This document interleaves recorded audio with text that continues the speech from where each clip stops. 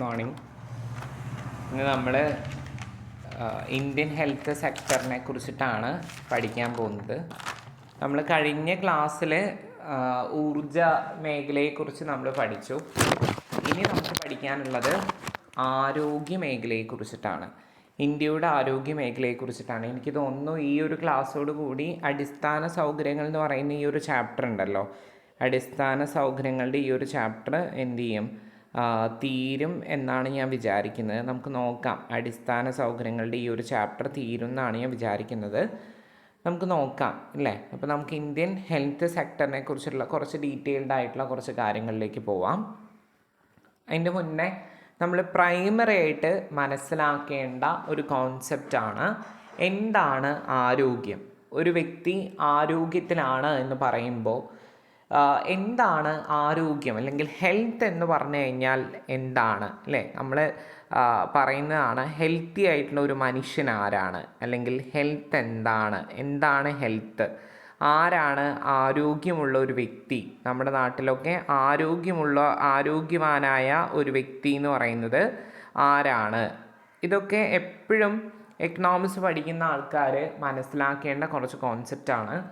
ഒന്നുമില്ല, രോഗമില്ലാത്ത അവസ്ഥ എന്നതിനേക്കാൾ കാര്യക്ഷമമായിട്ട് ജോലി ചെയ്യാനും നല്ല രീതിയിൽ ജോലി ചെയ്യാനും ജോലി ചെയ്ത് കിട്ടുന്ന ഇൻകം കൊണ്ട് മെച്ചപ്പെട്ട ജീവിതം നയിക്കാനുമുള്ള ഒരു വ്യക്തിയുടെ ശേഷിയാണ് നമ്മൾ എന്ത് പറയുക, ആരോഗ്യം എന്ന പേരിൽ അറിയപ്പെടുന്നത്.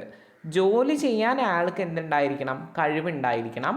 അതിൽ നിന്ന് കിട്ടുന്ന ഇൻകം കൊണ്ട് ഒരു മെച്ചപ്പെട്ട ജീവിതം നയിക്കാനുള്ള ശേഷി, അതിനെയാണ് ഒരാളെ നമ്മൾ എന്ത് പറയുക, അയാൾ ആരോഗ്യവാനാണ് എന്ന പേരിൽ നമ്മൾ പറയാം. രോഗമില്ലാത്ത അവസ്ഥ മാത്രമല്ല ആരോഗ്യവാനായിട്ടുള്ള ഒരു വ്യക്തി എന്ന് പറയുന്നത്. അതിൻ്റെ കൂടെ അയാൾക്ക് ജോലി ഉണ്ടായിരിക്കണം. ആ ജോലിയിൽ നിന്ന് കിട്ടുന്ന ഇൻകം കൊണ്ട് അയാൾ എന്ത് ചെയ്യണം, നല്ല രീതിയിൽ ജീവിക്കുകയും മെച്ചപ്പെട്ട ഒരു ജീവിത നിലവാരം പുലർത്തി നമ്മുടെ സമൂഹത്തിൽ ജീവിക്കുകയും ചെയ്യണം. അങ്ങനെയാണെങ്കിൽ മാത്രമാണ് ആ വ്യക്തി ആരോഗ്യവാനായ ഒരു വ്യക്തിയാണ് എന്ന് നമുക്ക് പറയാൻ പറ്റുള്ളൂ. ഇന്ത്യയുടെ ആരോഗ്യസ്ഥിതിയെക്കുറിച്ച് നമ്മൾ പഠിക്കുമ്പോൾ നമ്മൾ മനസ്സിലാക്കേണ്ട കുറച്ച് കാര്യമുണ്ട്.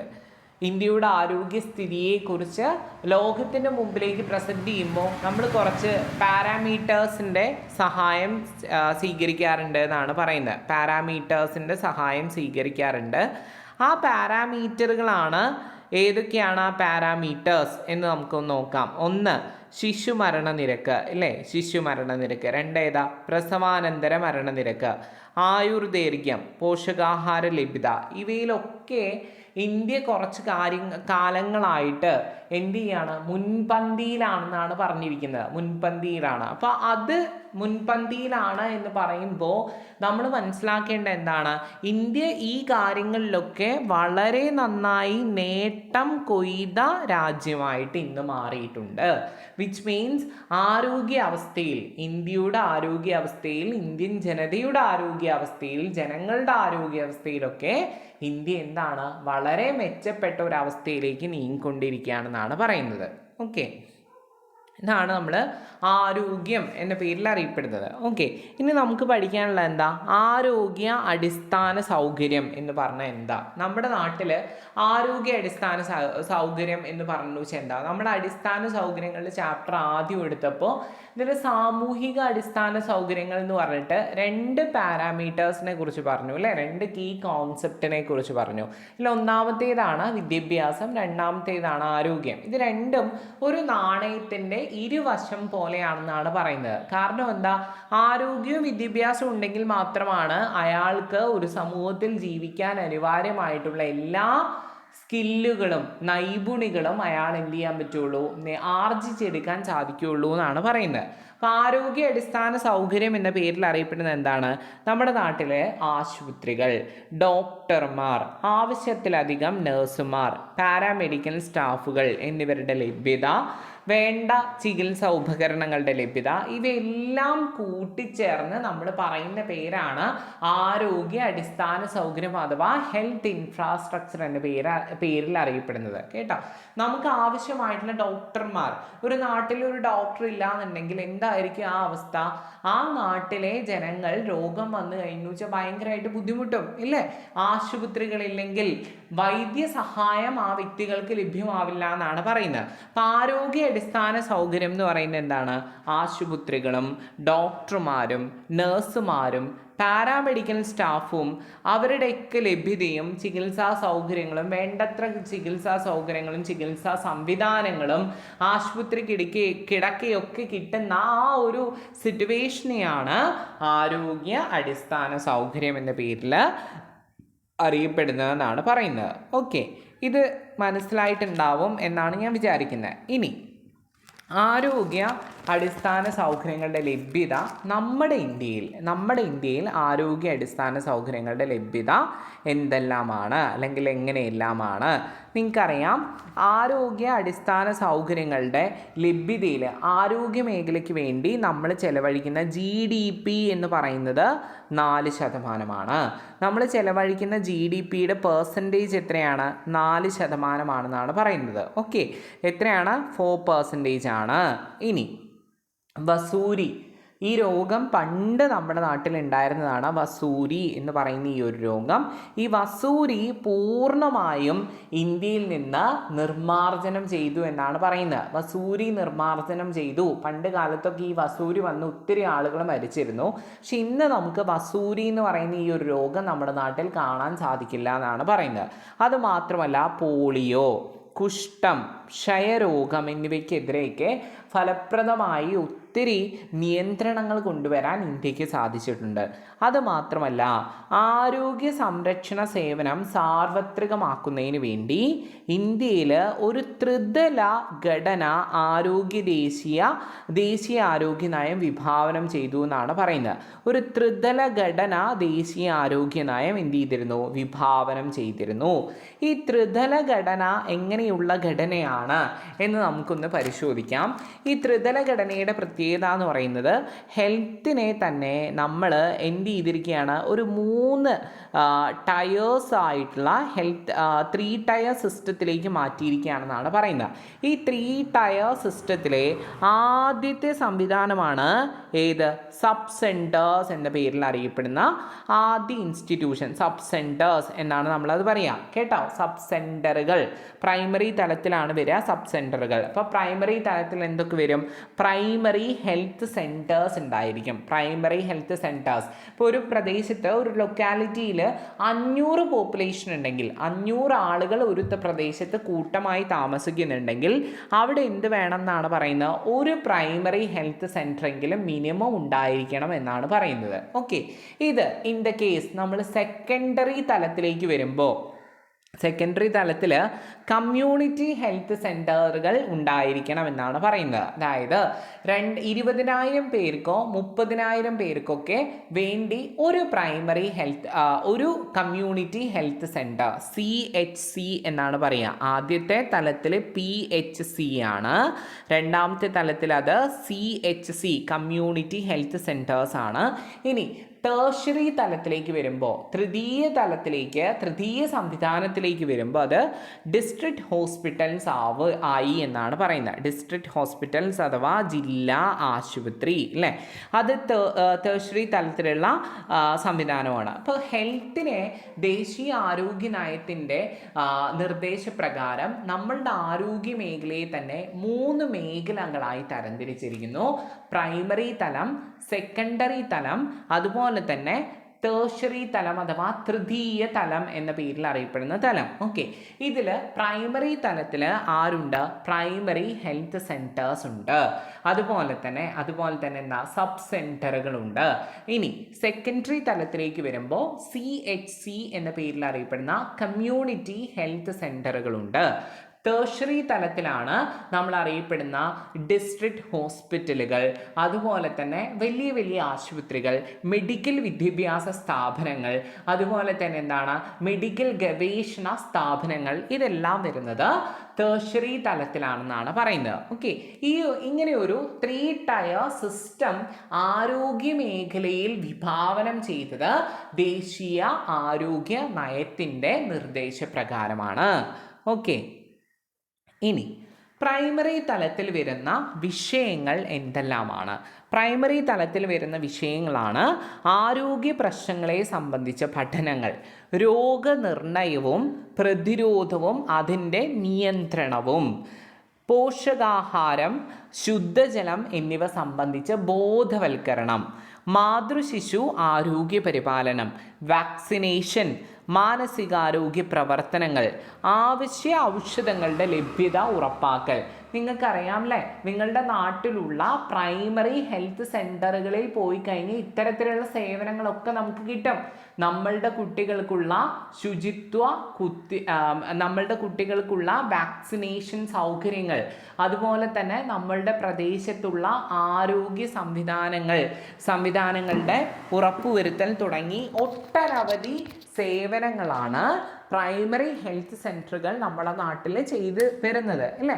അവിടെ ഒരു കമ്മ്യൂണിറ്റി പബ്ലിക് നേഴ്സും ഉണ്ടായിരിക്കും. അവരെന്താണ്, ഒരു നേഴ്സ് ഉണ്ടായിരിക്കും. അതുപോലെ തന്നെ ചില ദിവസങ്ങളിൽ മാത്രം ഡോക്ടറുടെ സേവനം പ്രൈമറി ഹെൽത്ത് സെൻറ്ററുകളിൽ കാണാൻ സാധിക്കുകയും ചെയ്യും എന്നാണ് പറയുന്നത്. ഇതാണ് ഇപ്പോൾ പ്രൈമറി ഹെൽത്ത് സെൻറ്ററുകൾ ചെയ്യുന്ന വസ്തുതാപരമായിട്ടുള്ള കാര്യങ്ങളാണ് ഈ ഒരു ഭാഗത്ത് നമ്മൾ പറഞ്ഞത്. ഓക്കെ, രണ്ടാമത് എന്താണ്, സെക്കൻഡറി തലത്തിൽ അത് ആശുപത്രികളായിട്ട് ഉയർന്നു അല്ലേ. കമ്മ്യൂണിറ്റി ഹെൽത്ത് സെൻറ്റേഴ്സ് എന്ന് പറയുമ്പോൾ അവിടെ ഡോക്ടറുടെ സേവനം ഉണ്ടായിരിക്കും, അതൊരു ആശുപത്രിയായിട്ട് മാറി. അതുകൊണ്ട് തന്നെ അവിടെ എന്താണ്, സർജറി, എക്സ്റേ, ക്ലിനിക്കൽ സൗകര്യങ്ങൾ, സ്കാനിങ് പോലുള്ള സൗകര്യങ്ങൾ, സ്പെഷ്യലിസ്റ്റ് ഡോക്ടർമാരുടെ സൗകര്യങ്ങളൊക്കെ നമുക്ക് സെക്കൻഡറി തലത്തിൽ കാണാൻ സാധിക്കുന്നതാണ് പറയുന്നത്. ഇതൊരു താലൂക്ക് തലത്തിലോ അല്ലെങ്കിൽ ഒരു ബ്ലോക്ക് തലത്തിലോ ഒക്കെയാണ് കമ്മ്യൂണിറ്റി ഹെൽത്ത് സെൻറ്റേഴ്സിനെ നമുക്ക് കാണാൻ സാധിക്കുകയുള്ളൂ. ദെൻ ത്രിതല തലത്തിലാണെന്നുണ്ടെങ്കിൽ മെഡിക്കൽ വിദ്യാഭ്യാസവുമായി ബന്ധപ്പെട്ടിട്ടുള്ള കാര്യങ്ങളാണ് ത്രിതല തലത്തിലേക്ക് വരുന്നത് അല്ലേ. മെഡിക്കൽ വിദ്യാഭ്യാസവുമായി ബന്ധപ്പെട്ടിട്ടുള്ള കാര്യങ്ങളാണ് എവിടെ വരിക, ത്രിതല തലത്തിലേക്ക് വരുമ്പോൾ നമുക്ക് കാണാൻ സാധിക്കുന്നതെന്നാണ് പറയുന്നത്. ത്രിതല തലത്തിൽ മെഡിക്കൽ വിദ്യാഭ്യാസവുമായി ബന്ധപ്പെട്ടിട്ടുള്ള കാര്യങ്ങളാണ് വരിക. ദെൻ ഗവേഷണത്തിന് പ്രാധാന്യം നൽകുന്നു. മെഡിക്കൽ കോളേജുകൾ, മൾട്ടി സ്പെഷ്യാലിറ്റി ഹോസ്പിറ്റലുകൾ, ഇതൊക്കെ ഇതിൽ വരും, ത്രിതല തലത്തിലേക്ക് വരുമ്പോൾ നമുക്ക് കാണാൻ സാധിക്കും എന്നാണ് പറയുന്നത്. ഇനി നമ്മൾ ത്രിതല തലത്തിലുള്ള കുറച്ച് സ്ഥാപനങ്ങളുടെ പേരുകൾ നമ്മൾ പഠിക്കാൻ പോവുകയാണ് കേട്ടോ. അത് നിങ്ങളുടെ എക്സാമിന് നിർബന്ധമായിട്ടും വരാൻ സാധ്യതയുള്ള ഒരു ഭാഗമാണ്. നിങ്ങളുടെ എക്സാമിന് അതെന്ത് ചെയ്യും, നിർബന്ധമായിട്ടും നമുക്ക് പ്രതീക്ഷിക്കാവുന്ന ഒരു ഷുവർ ക്വസ്റ്റ്യൻ ആണെന്നാണ് പറയുന്നത്. ഓക്കെ, പ്രതീക്ഷിക്കാൻ സാധ്യതയുള്ള ഒരു ക്വസ്റ്റ്യൻ ആണ്. നമുക്കതൊന്ന് നോക്കാം. ഒന്ന്, എയിംസ് എന്ന് പറഞ്ഞാൽ All India institute of medical Sciences. All India institute of medical sciences. AIIMS Palakkad കൊണ്ടുവരണം എന്നൊക്കെ പറഞ്ഞുകൊണ്ട് തിരഞ്ഞെടുപ്പ് പ്രചാരണങ്ങളൊക്കെ വരുന്നുണ്ട്. അപ്പോൾ എയിംസ് ഒന്ന് ഓർത്ത് വയ്ക്കുക. All India institute of medical sciences, AIIMS. Then അടുത്തതെന്താ,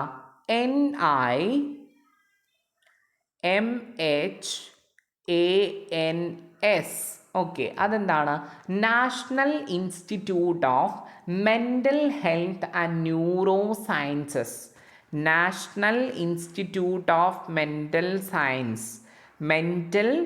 health, national institute of mental health and neuro science. Mental health and neuro science അല്ലേ, national institute of mental health and neuro science പഠിച്ചു എന്നാണ് ഞാൻ വിചാരിക്കുന്നത്. ഇനി അടുത്തത് നമുക്ക് ഏതാണുള്ളത്, ഏതാണ്, SCIM, Sree Chitra institute of medical science. Sree Chitra institute of medical science. മൂന്നാമതാണ് Sree Chitra institute of medical science. Okay, institute of medical science. Okay, then ഈ മൂന്ന് സ്ഥാപനങ്ങളും ഇതുപോലെയുള്ള ഈ മൂന്ന് സ്ഥാപനങ്ങൾ മാത്രമൊന്നല്ല കേട്ടോ, നമ്മുടെ മേഖലയിൽ ഒട്ടനവധി സ്ഥാപനങ്ങൾ പൊതുമേഖലയിലും സ്വകാര്യ മേഖലയിലുമായി ആരോഗ്യ അടിസ്ഥാന സൗകര്യങ്ങളുടെ നിർവചനത്തിനും അതുപോലെ തന്നെ അതിൻ്റെ പ്രവർത്തനങ്ങൾക്കുമായി പ്രാക്ടിക്കൽ ലെവലിലുള്ള ഇംപ്ലിമെൻറ്റേഷനൊക്കെ വേണ്ടിയിട്ട് പ്രവർത്തിക്കുന്നുണ്ട് എന്നാണ് പറയുന്നത്. ഓക്കെ, അപ്പോൾ ആരോഗ്യ അടിസ്ഥാന സൗകര്യങ്ങളിൽ സ്വകാര്യ മേഖലയുടെ പങ്ക് നമുക്ക് എടുത്തു പറയേണ്ടതാണെന്നാണ് പറയുന്നത്. കാരണം എന്താ, സ്വകാര്യ മേഖലയുടെ പങ്ക് എടുത്തു പറയണമെന്ന് പറയുമ്പോൾ ഏകദേശം ഏകദേശം നമ്മളുടെ നാട്ടിലുള്ള 70% ആശുപത്രികളും, അതായത് സ്വകാര്യ മേഖലയുടെ കയ്യിലാണെന്നാണ് പറയുന്നത്. ആശുപത്രികളിൽ 70% ആശുപത്രികളും ആരുടെ കയ്യിലാണ്? പ്രൈവറ്റ് സെക്ടറിൻ്റെ കയ്യിലാണ്, അല്ലെങ്കിൽ സ്വകാര്യ മേഖലയുടെ കയ്യിലാണ്. അതുമാത്രമല്ല പിന്നെന്താണ്, 60% ഡിസ്പെൻസറികളും, നമ്മുടെ നാട്ടിൽ കാണപ്പെടുന്ന ഡിസ്പെൻസറികളൊക്കെ ഇല്ലേ, അതിൽ 60% എവിടെയാണ്? നമ്മളുടെ സ്വകാര്യ മേഖലയുടെ കയ്യിലാണെന്നാണ് പറയുന്നത്. 40% വരുന്ന ആശുപത്രി കിടക്കകൾ അതെവിടെയാണെന്നാണ് പറയുന്നത്? 40% വരുന്ന ആശുപത്രി കിടക്കകളും എവിടെയാണ്? നമ്മുടെ സ്വകാര്യ മേഖലയുടെ കയ്യിലാണെന്നാണ് പറയുന്നത്. അപ്പം അനുദിനം നമ്മളുടെ നാട്ടിൽ സ്വകാര്യ മേഖലയും സ്വകാര്യ ആരോഗ്യ പങ്കാളിത്തം, സ്വകാര്യ സ്ഥാപനങ്ങളുടെ ആരോഗ്യ മേഖലയിൽ പങ്കാളിത്തം എന്ത് ചെയ്യാണ്? വർദ്ധിച്ചു വരികയാണ്. അപ്പം അങ്ങനെ വർദ്ധിച്ചു വരുന്നതിൻ്റെ ഭാഗമായിട്ട് നമ്മളുടെ നാട്ടിൽ എന്ത് വരികയാണ്? അവരുടെ ഷെയർസും കൂടി വന്നിട്ടാണ് നമ്മൾ ഇൻഫ്രാസ്ട്രക്ചർ, ഹെൽത്ത് ഇൻഫ്രാസ്ട്രക്ചർ എന്ത് ചെയ്യുന്നത്? വർദ്ധിപ്പിക്കുന്നത് എന്നാണ് പറയുന്നത്. ഓക്കെ, അടുത്തത് നമുക്ക് പഠിക്കാനുള്ള ഒരു പ്രധാനപ്പെട്ട ഒരു മേഖലയാണ് ആരോഗ്യ വിനോദ സഞ്ചാരം. ഇന്ന് നമ്മുടെ നാട്ടിൽ വളർന്നു വരുന്ന ഒരു പ്രധാനപ്പെട്ട ഒരു മേഖലയാണ് കേട്ടോ ആരോഗ്യ വിനോദ സഞ്ചാരം എന്ന് പറയുന്ന ഈ ഒരു മേഖല. ആരോഗ്യ വിനോദ സഞ്ചാരം. ഓക്കെ, ആരോഗ്യ വിനോദസഞ്ചാരം എന്ന് പറയുന്ന ഈ ഒരു മേഖല, ഇതിൻ്റെ പ്രത്യേകത എന്ന് പറഞ്ഞു വെച്ചാൽ എന്താണ്? ഇന്ത്യയിലെ ആശുപത്രികളിലൊക്കെ വമ്പിച്ച വിലക്കുറവിലാണ് ചികിത്സ നേടാൻ സാധിക്കുന്നതെന്നാണ് പറയുന്നത്. അതുകൊണ്ട് തന്നെ രോഗബാധിതരായിട്ടുള്ള പല വിദേശികളും ഇന്ത്യയിലേക്ക് വന്ന്, പ്രത്യേകിച്ച് നമ്മുടെ കേരളത്തിലേക്കൊക്കെ വന്ന് നമ്മളുടെ ആരോഗ്യ സംവിധാനങ്ങളൊക്കെ പരീക്ഷിച്ച് നോക്കുകയും അതുവഴി രോഗശമനം ഉണ്ടായിട്ട് പുറത്തേക്ക് പോകുന്ന സാഹചര്യം ഉണ്ടാവും. ഇങ്ങനെ വരുന്നതോടുകൂടി നമ്മുടെ നാട്ടിലെ തൊഴിൽ ലഭ്യത വർദ്ധിക്കും അല്ലേ? ഒത്തിരി ആളുകൾക്ക് തൊഴിൽ ലഭിക്കും എന്നാണ് പറയുന്നത്. ചെറിയ ചെറിയ ക്ലിനിക്കുകളൊക്കെ നമ്മുടെ നാട്ടിൽ തുടങ്ങുകയാണെങ്കിൽ ഒത്തിരി ആളുകൾക്ക് തൊഴിൽ ലഭിക്കും. അത് മാത്രമാണോ? അല്ല, വിദേശ നാണ്യ ശേഖരം, വിദേശ നാണ്യം നമ്മുടെ നാട്ടിലേക്ക് അവർ വരുമ്പോൾ ഫോറിൻ കറൻസീസ് ആയിട്ടാണ് വരിക. ഫോറിൻ കറൻസീസ് ഇവിടെ കൺവേർട്ട് ചെയ്തിട്ടാണ് അവർ നമ്മുടെ നാട്ടിലേക്ക് വരുന്നത്. അങ്ങനെ വരുമ്പോൾ വിദേശ നാണ്യം അവിടെ നിന്നും ഇങ്ങോട്ട് ഒഴുകുന്നതിനുള്ള ഒരു സാഹചര്യം കൂടി ഉണ്ടാവുമെന്നാണ് പറയുന്നത്. അങ്ങനെ നമുക്ക് പെട്ടെന്ന് ഒത്തിരി പൈസ ഉണ്ടാക്കാൻ ഇതിലൂടെ പറ്റും, ആരോഗ്യ വിനോദ സഞ്ചാരത്തിലൂടെ സാധിക്കും എന്നാണ് പറയുന്നത് കേട്ടോ. അപ്പോൾ ആരോഗ്യ വിനോദ സഞ്ചാരം എന്ന് പറയുന്ന ഏറ്റവും പ്രധാനപ്പെട്ട ഒരു ഗ്രോയിങ് ട്രെൻഡായി ഇന്ത്യയിൽ മാറ്റപ്പെട്ട് കഴിഞ്ഞിരിക്കുന്നു എന്നാണ് പറയുന്നത്. ഇതുമായി ബന്ധപ്പെട്ടുകൊണ്ട് നമുക്ക് പഠിക്കേണ്ട മറ്റൊരു ആസ്പെക്റ്റാണ് അല്ലെങ്കിൽ മറ്റൊരു ഭാഗമാണ് ഏത് പറയുന്നത്? ഇനി ഞാൻ പറയാൻ പോകുന്ന ഭാഗം ഇന്ത്യയിലെ ചികിത്സാ രീതികൾ, ഇന്ത്യൻ ചികിത്സാ രീതികൾ കേട്ടോ. ഇന്ത്യൻ ചികിത്സാ രീതികൾ ഏതൊക്കെയാണ് എന്നുള്ളത് നമുക്ക് മനസ്സിലാക്കേണ്ടതുണ്ട്. പ്രത്യേകിച്ച് 6 ചികിത്സാ രീതികൾ പിന്തുടരുന്ന ഇന്ത്യൻ സംവിധാനത്തെ നമ്മൾ വിളിക്കുന്ന പേരാണ് ആയുഷ്. നിങ്ങളെ സെൻട്രൽ ഗവൺമെൻറ്റിൻ്റെ ഹെൽത്ത് മിനിസ്ട്രിയുടെ പേരൊന്ന് ആലോചിച്ച് നോക്കുക. എന്താണ് ആയുഷ് എന്നാണ് നമ്മൾ അതിനെ വിളിക്കുക അല്ലേ? ആയുഷ് എന്നാണ് പറയുക. ഓക്കെ, ഈ ആയുഷിൽ 6 പ്രധാനപ്പെട്ട ചികിത്സാ രീതികളാണ് ഉൾപ്പെട്ടിരിക്കുന്നത് എന്ന് ഞാൻ പറഞ്ഞു അല്ലേ? ആ ഉൾപ്പെട്ടിരിക്കുന്ന 6 പ്രധാനപ്പെട്ട ചികിത്സാ രീതികളാണ് അതിൽ ഉൾപ്പെട്ടിരിക്കുന്നത്. അത് ഏതൊക്കെയാണ് എന്നൊന്ന് ചോദിക്കാൻ സാധ്യതയുണ്ട് എക്സാമിന്. 2 മാർക്കിനൊക്കെ ഇത് ചോദിക്കാൻ സാധ്യതയുള്ള മേഖലകളാണ് കേട്ടോ. അപ്പോൾ അതൊന്ന് നമുക്ക് എന്ത് ചെയ്യാം? ലിസ്റ്റ് ഔട്ട് ചെയ്യാം. 1 ആയുർവേദം. ആയുഷിൽ ആയുർവേദമില്ലാതെ മറ്റെന്താണ് ഉണ്ടാവുക? ഓക്കെ, ആയുർവേദം. 2 യോഗ. എല്ലാവർക്കും അറിയുന്നതാണല്ലോ യോഗ അല്ലേ? നമ്മുടെ ക്ലാസ്സിലെ കുട്ടികളൊക്കെ ചിലപ്പോൾ യോഗയൊക്കെ ചെയ്യാൻ പോകുന്ന ആളുകളുണ്ടാവും. യോഗ. ദെൻ യുനാനി എന്ന് പറയുന്ന ഒരു ചികിത്സാ രീതിയുണ്ട്.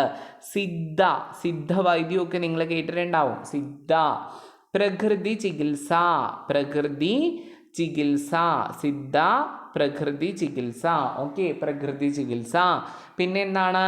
ഹോമിയോപ്പതി അല്ലേ? ഹോമിയോപ്പതി. പ്രകൃതി ചികിത്സ, ഹോമിയോപ്പതി.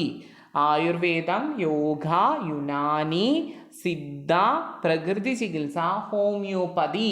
ഇത്രയും കാര്യങ്ങളാണ് ഇന്ത്യൻ ചികിത്സാ രീതികൾ എന്ന പേരിൽ അറിയപ്പെടുന്നതെന്നാണ് പറയുന്നത്. ഇത്രയും കാര്യങ്ങളാണ് ഇന്ത്യൻ ചികിത്സാ രീതികൾ എന്ന പേരിൽ അറിയപ്പെടുന്നത്. അപ്പോൾ ആയുർവേദം, യോഗ, യുനാനി, സിദ്ധ, പ്രകൃതി ചികിത്സ, ഹോമിയോപ്പതി, ഇതെല്ലാം കൂടി ചേർന്ന 6 ചികിത്സാ രീതികളെ നമ്മൾ പറയുന്ന പേരാണ് ആയുഷ്. അതൊന്ന് പഠിച്ചു വെക്കണം. ഓക്കെ, ഇനി അടുത്തത് നമുക്ക് പഠിക്കാനുള്ള ഒരു ഭാഗം തന്നെയാണ് ആരോഗ്യ സൂചകങ്ങളും അടിസ്ഥാന സൗകര്യങ്ങളുടെയും ഒരു വിലയിരുത്തൽ. ആരോഗ്യ സൂചകങ്ങളെയും അടിസ്ഥാന സൗകര്യങ്ങളെയും നമ്മൾ വിലയിരുത്തുമ്പോൾ അതിൽ പഠിക്കേണ്ട ആദ്യത്തെ ഒരു പോയിന്റാണ് ഏതെല്ലാമാണ് ആരോഗ്യ സൂചകങ്ങൾ അഥവാ ഹെൽത്ത് ഇൻഡിക്കേറ്റേഴ്സ് എന്തൊക്കെയാണ് അല്ലേ. ഹെൽത്ത് ഇൻഡിക്കേറ്റേഴ്സ് എന്ന് പറയുന്ന ഒന്ന് ശിശുമരണ നിരക്ക്. ശിശുമരണ നിരക്ക് എന്ന് പറഞ്ഞു കഴിഞ്ഞാൽ നിങ്ങൾക്ക് എല്ലാവർക്കും അറിയുന്നതാണ്. ജനനത്തോടെ മരിച്ചു വീഴുന്ന, ജനനത്തോടെയോ അല്ലെങ്കിൽ 1 വയസ്സിൻ്റെ ഉള്ളിലോ കുട്ടികൾ മരിക്കുന്ന ആ ഒരു പ്രവണതയെ, അതിനെയാണ് മരിക്കുന്ന ആ ഒരു അവസ്ഥാവിശേഷത്തെയാണ് നമ്മൾ ശിശുമരണ നിരക്ക് എന്ന പേരിൽ അറിയപ്പെടുക. പ്രസവാനന്തര മാതൃശിശു മരണനിരക്ക് അല്ലെങ്കിൽ പ്രസവാനന്തരത്തോടനുബന്ധിച്ചുകൊണ്ട് മരിച്ച സ്ത്രീകളുടെ നിരക്ക്. മാതൃശിശു മരണനിരക്ക് എന്ന് നിങ്ങൾ എന്ത് ചെയ്താൽ മതി, ഓർത്ത് വെച്ചാൽ മതി കേട്ടോ. മാതൃശിശു മരണനിരക്ക് ഒന്ന് ഓർക്കുക. മാതൃശിശു മരണനിരക്ക്. ഓക്കെ, മാതൃശിശു മരണനിരക്ക് പ്രസവത്തോടെ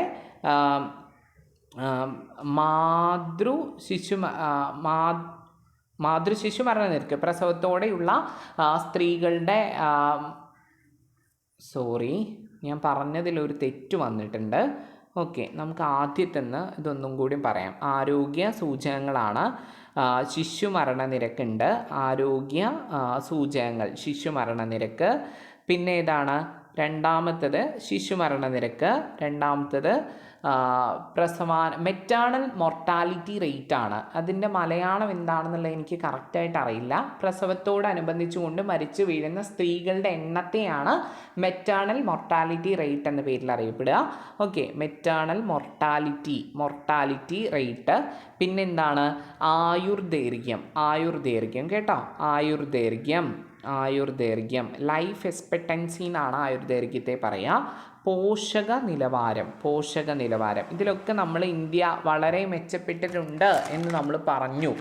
അതുമാത്രമല്ല, ഇതിൽ മെച്ചപ്പെട്ടിട്ടുണ്ട് എന്ന് പറയുമ്പോഴും ഏകദേശം 5 ലക്ഷത്തോളം വരുന്ന ജനങ്ങൾ ഇന്നും ഇന്ത്യയിൽ എന്താണ്, കുട്ടികളും ഇന്ത്യയിൽ മരിച്ചു പോകുന്നുണ്ട്. ജലജന്യ രോഗങ്ങളൊക്കെ ബാധിച്ചുകൊണ്ട് മരിച്ചു പോകുന്നുണ്ട്.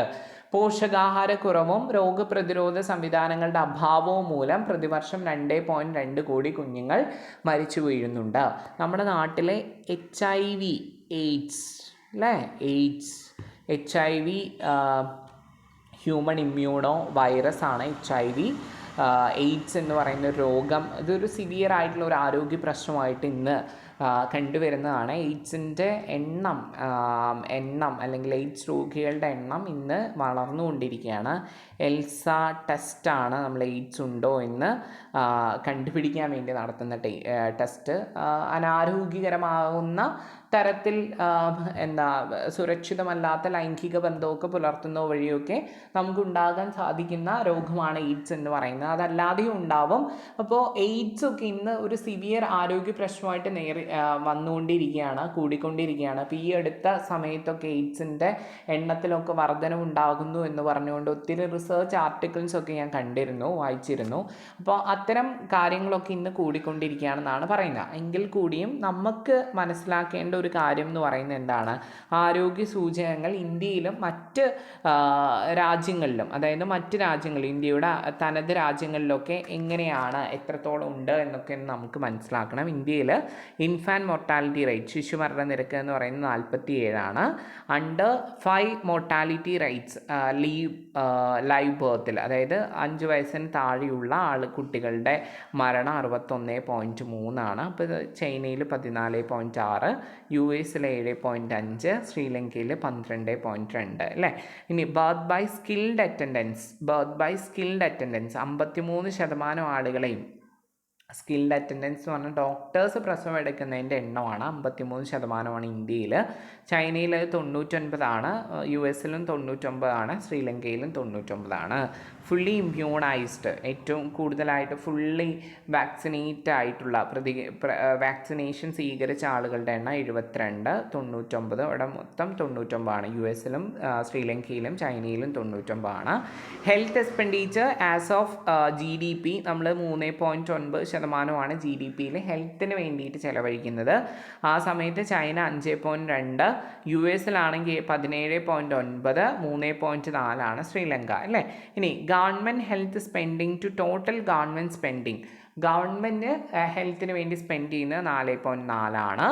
ചൈനയിൽ അത് 10.3ആണ്. US-ൽ എത്രയാണ്? 18.7ആണ്. ശ്രീലങ്കയിൽ 7.9ആണ്. Out of pocket expenditure as a percentage of private expenditure on health. Private expenditure എന്ന് പറഞ്ഞു വെച്ചാൽ എത്ര? 86% പ്രൈവറ്റ് സ്വകാര്യ മേഖല ഹെൽത്തിന് വേണ്ടി ചിലവാക്കുന്നു.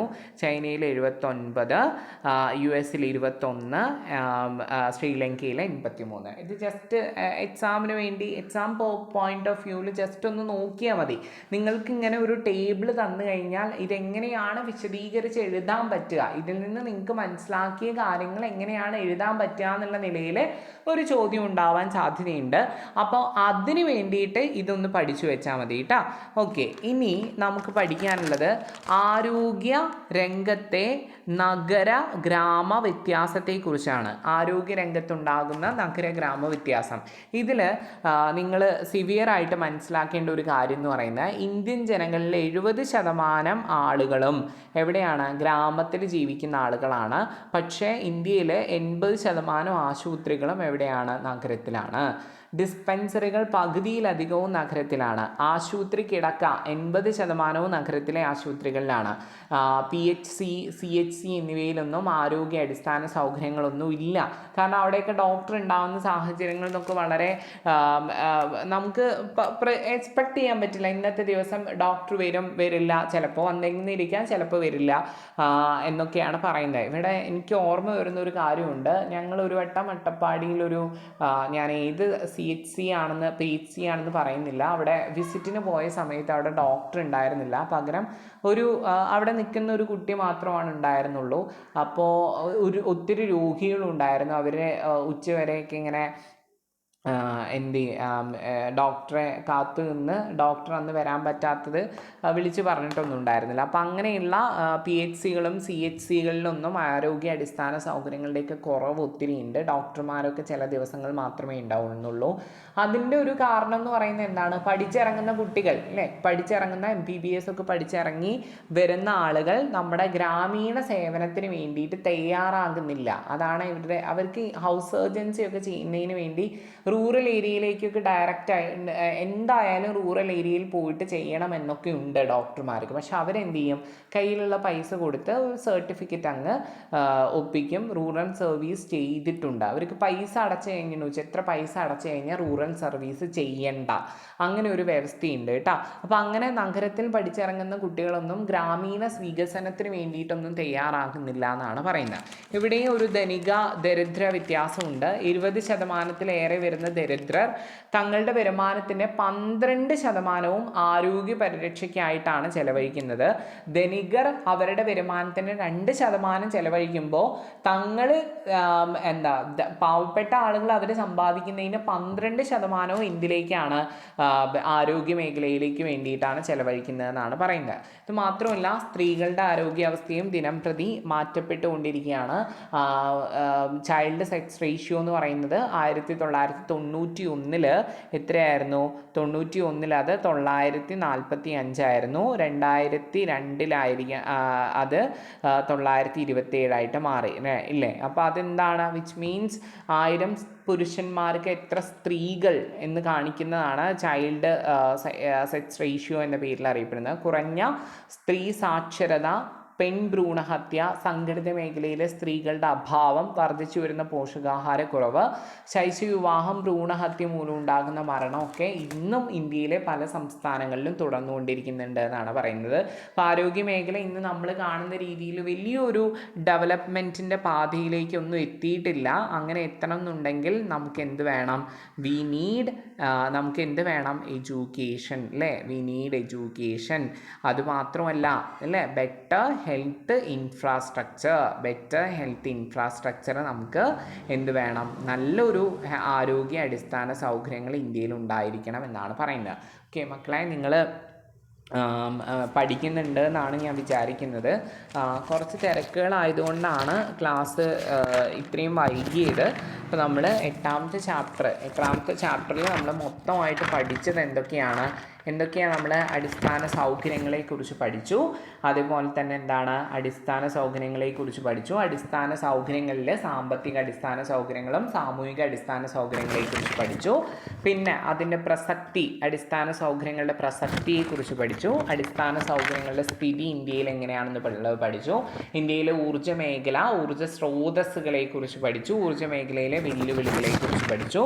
വൈദ്യുതിയെക്കുറിച്ച് പഠിച്ചു. അതുപോലെ തന്നെ ഇപ്പോൾ ആരോഗ്യ മേഖലയെക്കുറിച്ചും പഠിച്ചു, അല്ലേ? വളരെ എളുപ്പമുള്ള ഒരു ചാപ്റ്ററാണ്. പക്ഷെ 3 സെക്ഷൻസ് ആയതുകൊണ്ട് നിങ്ങൾക്ക് കുറച്ചൊരു ബുദ്ധിമുട്ട് എനിക്ക് തോന്നുന്നുണ്ട്. സോ മസ്റ്റായിട്ട് നിങ്ങൾ എന്ത് ചെയ്യുക? അടുത്ത ക്ലാസ്സിലേക്ക് വരുമ്പോൾ ടെക്സ്റ്റ് ബുക്ക് ഇതുവരെ എടുത്ത എല്ലാ ചാപ്റ്ററും എന്ത് ചെയ്യുക? മസ്റ്റായിട്ടും വായിച്ചിട്ട് വരണം കേട്ടോ. ഇന്ന് തന്നെ ക്ലാസ് കേൾക്കുക. ക്ലാസ് കേട്ടതിന് ശേഷം നിങ്ങൾ എന്ത് ചെയ്യുക? ഇത് മസ്റ്റായിട്ട് റീഡ് ചെയ്യണം. കാരണം അടിസ്ഥാന സൗകര്യങ്ങളിൽ നിന്നൊക്കെ ഒത്തിരി ചോദ്യം വരാൻ സാധ്യതയുള്ളതാണ്. ഓക്കെ, അപ്പോൾ നിങ്ങൾ എന്ത് ചെയ്യുക? നിർബന്ധമായിട്ടും ചാപ്റ്റർ പഠിക്കുക. Okay, thanks a lot.